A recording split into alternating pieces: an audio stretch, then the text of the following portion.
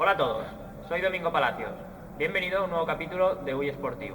En este vídeo vamos a conocer los distintos materiales que utilizamos para jugar a las diferentes modalidades de pelota valenciana. Vamos a empezar viendo los diferentes tipos de pilota. Esto es una pilota de baqueta y su nombre viene del material con la que está hecha, piel de toro o de vaca. Su confección es totalmente artesanal y se utiliza en las modalidades de galocha, raspall y escala y corda. Para jugar al frontón utilizamos la pilota de tec. Su nombre viene de cómo suena cuando bota. Está hecha a mano, de piel de cordero, y en su interior hay una pequeña pelota de madera recubierta de hilo. Estas pelotas que hemos visto son las que utilizan los profesionales. Son pelotas muy duras que necesitan de unas protecciones especiales en la mano para poder jugar con ellas. Nosotros, en clase, vamos a utilizar principalmente la pelota de badana y una pelota alternativa que nos podemos construir nosotros mismos. La pelota de badana tiene en su interior una pelota de goma envuelta en hilo poco apretado y está cubierta de piel de cordero. Nuestra pelota alternativa tiene también en su interior una pelota de goma envuelta de lana y está recubierta por esparadrapo. Si queréis tener una, buscad el vídeo donde os enseñamos cómo haceros una de forma rápida y sencilla.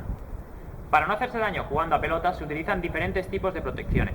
Vamos a hacer un repaso de las más importantes. Para protegernos la palma de la mano en cualquiera de las modalidades se utiliza el tesamoy, pegado a la mano y el guante por encima. En los dedos nos pondremos el Sidals, una protección que solo se utiliza para jugar al raspall.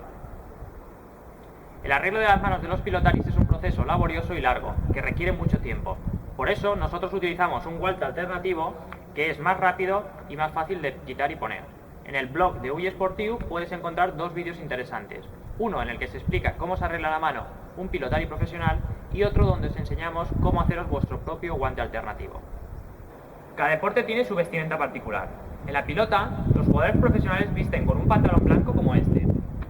El jugador o equipo favorito lleva una camiseta roja y el rival una camiseta azul.